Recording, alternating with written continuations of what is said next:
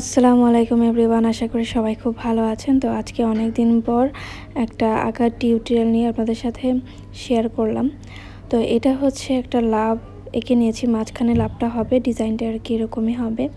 তো তারপরে একটা সাইডে আমি নিচের একটা সাইডে আমি একটা লম্বা দাগ দিয়ে নিয়েছি, দাগ দিয়ে তারপরে আমি তিনটা ছয়টা ফুল দিয়ে নিয়েছি। আর মাঝখানে একটা ফুল হবে ছোট।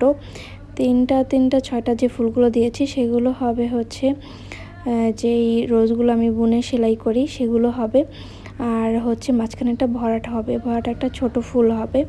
আর পাশে হবে এরকম পাতা, আর হচ্ছে লতার মতো সোজাই থাকবে এগুলো। তো চারো সাইডে এরকম থাকবে, আর ভিতরে থাকবে একটা লাভ বড়।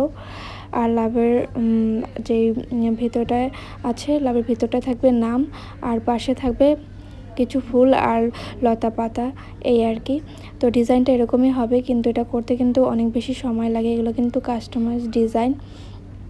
তো এখানে আমি সেভাবে করে একটা সাইডে যেভাবে আমি এঁকেছি সেম আরেকটা সাইডেও আমি ঠিক একইভাবে এঁকে নেব। তো প্রথমে একটা ছোট আর কি গোল দিয়ে নিয়েছি, তারপরে একটু ফাঁকা রেখে তারপরে আরও 6টা গোল দিয়ে নিয়েছি, 6টা না 3টা। তারপরে একটা একটু বড় হবে, আর সবগুলো একটু মিডিয়াম হবে। যেটা বড় হবে সেটা হবে একটা ফুল, ভরাট ফুল হবে। তো এই জন্য আর কি গোল দিয়ে নিয়েছি, গোল দিলে আর কি ফুলগুলো একদম এক সাইজের হয়, ফুলের পাপড়িগুলো, এর জন্য। তারপরে আমি এখানে ফুলগুলো সব এঁকে তারপর দেখুন এখানে আমি যেই লতা পাতাগুলো আছে সেগুলো এঁকে নিচ্ছি ফুলের মাঝখানে দিয়ে। তারপরে এখানে যেই লাভের যে নিচের সাইডটা আছে সেখানে কিন্তু আমি পাতা দিয়ে নিচ্ছি, দেখুন। তো 2-4টা করে আর কি পাতা দিয়ে নিচ্ছি। চাইলে আপনারা ঘনও দিতে পারেন, পাতলাও দিতে পারেন। তো আমি আমার মতো করে এখানে দিয়ে নিয়েছি।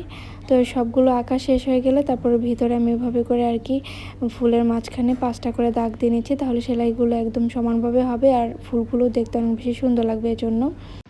তো আমার আঁকা শেষ হয়ে গিয়েছে, দেখুন এটা দেখতে পুরোটা এরকম হয়েছে।